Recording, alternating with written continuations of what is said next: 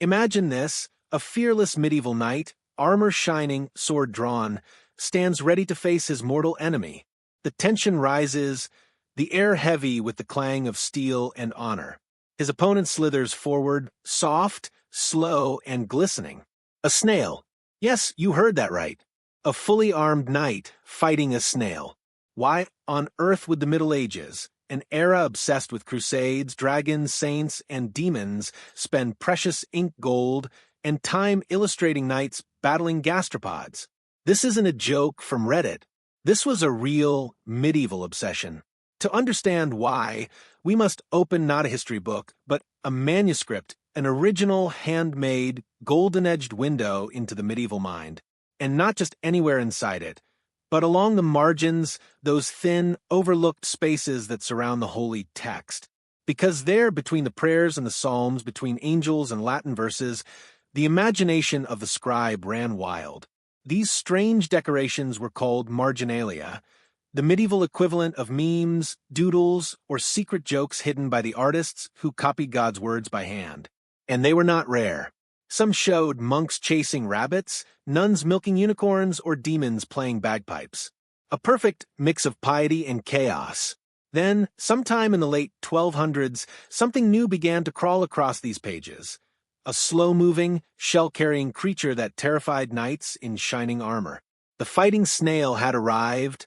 Art historian Lillian Randall, who spent years cataloging medieval manuscripts, found over 70 examples scattered across Europe, many created between 1290 and 1310. Think about that. For 20 years, artists from France to England all agreed that nothing said faith and fear quite like a man in armor dueling a snail.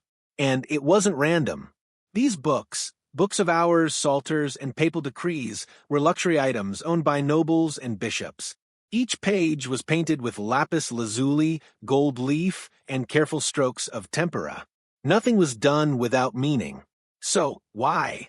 Why were these snail fights so common? Most of the scenes follow a similar composition. The knight, tall and armed with sword, spear, or mace, stares down a snail whose extended feelers look like tiny horns aimed right at him. Sometimes the knight attacks. Sometimes he kneels, terrified. In others, a woman pleads with him not to engage, as if the mollusk were the devil himself. And in a few rare cases, it's the snail who wins. Even more bizarre are the variations. Rabbits riding snails like horses. Monkeys shooting crossbows at them. Naked men and women charging at gastropods with shields. In one French illustration, a cat stalks a snail with a human head. In another, a fox flees in terror from a shell. The medieval imagination wasn't just unhinged, it was methodical in its madness. And the pattern didn't stay on paper. In the Gothic Cathedral of Lyon, 3 carved reliefs on the facade show men attacking snails, one of them even with the head of a dog. Stone masons copied what scribes had drawn. The meme had gone viral in the 13th century. So, what did it mean? Was it mockery? Was it fear? Was it the medieval version of irony? The Middle Ages were obsessed with symbolism. Every animal, every gesture carried a moral lesson. Lions stood for courage, lambs for purity, foxes for deceit. But snails? Snails were harder to pin down. They were slow, vulnerable, and defenseless. And yet, in these drawings, they faced knights without flinching. Sometimes they even attacked first. Some scholars think the snail represented cowardice, a joke about noble knights trembling before harmless foes. Others saw it as mockery of pride, a warning that arrogance can fall to the smallest enemy. And some believed it was pure satire. The snail as symbol of the poor, hidden in their shells, mocked by armored oppressors in their castles. Still, none of those theories fully explain why these tiny duels appeared in sacred texts, right beside the words of God. To find that answer, you have to imagine the world that created them. A candlelit scriptorium, rows of monks bent over parchment, silence so deep that the scratching of a quill sounds like thunder. Hours pass, days blur, and the same words are copied over and over, prayers, psalms, confessions. Somewhere between exhaustion and devotion, a scribe lifts his pen, and instead of another verse, sketches something small, absurd, and very human, a snail, Maybe it was a joke. Maybe it was defiance. Or maybe, like all great symbols, it was both. By the dawn of the 14th century, the snail knight had become a familiar face in Europe's most expensive books. The humble gastropod, once ignored, now sat beside kings and saints, defying swords and logic alike. And then, just as suddenly as it appeared, the snail began to vanish from the page, sliding quietly back into mystery. When the snail vanished from the margins, it didn't die, it simply left behind a trail of questions. For centuries, no one knew what those tiny battles meant. But, like every mystery from the Middle Ages, it refused to fade away. Scholars began chasing clues. Some turned to theology.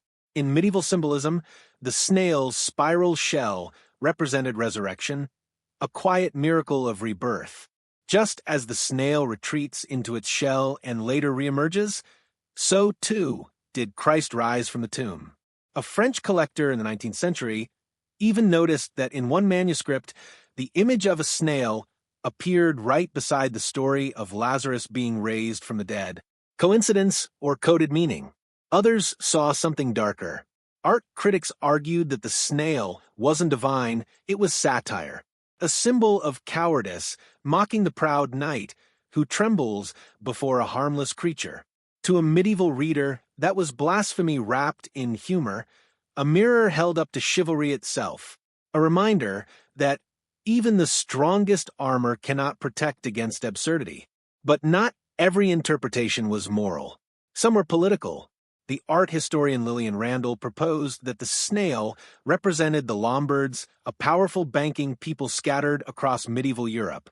After being conquered by Charlemagne, they became moneylenders, wealthy, resented, and often accused of cowardice and greed.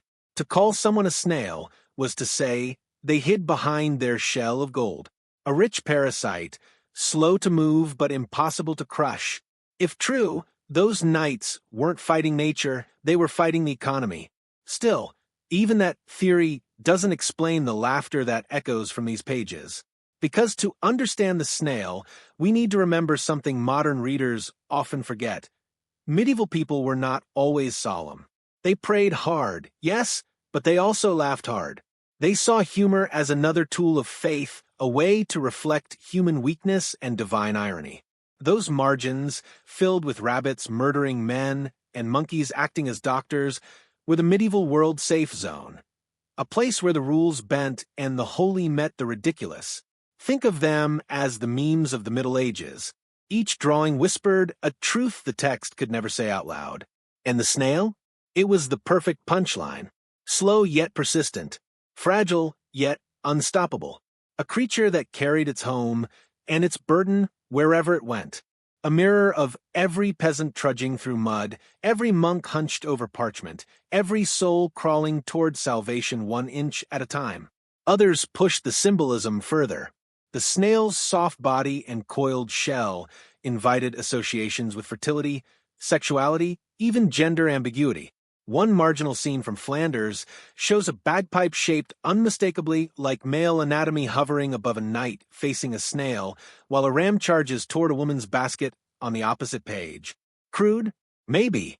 But to a medieval viewer, the mix of humor, sin, and symbolism wasn't scandalous. It was normal. It was life. And then there's the biblical echo, a line from Psalm 58. Like the snail that melts away into slime, they shall be taken away. To the devout, that verse was both warning and prophecy. The snail was a symbol of mortality, of time's slow decay, of the body's return to dust. In the end, no one escapes the crawl of death. Maybe that's why the snail terrified knights more than dragons ever could.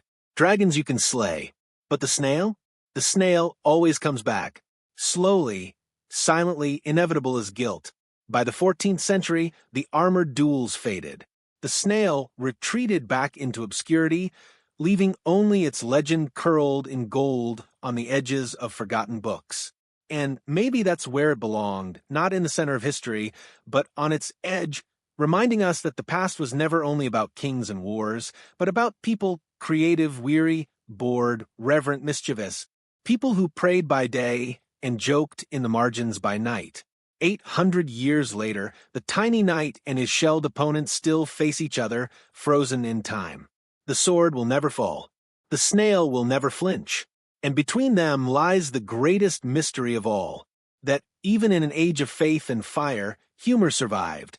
So, next time you imagine the Middle Ages as dark and joyless, remember the knight and the snail. Because maybe, just maybe, those monks weren't mocking courage or death or sin. Maybe they were mocking themselves. And that more than anything is what makes them feel human.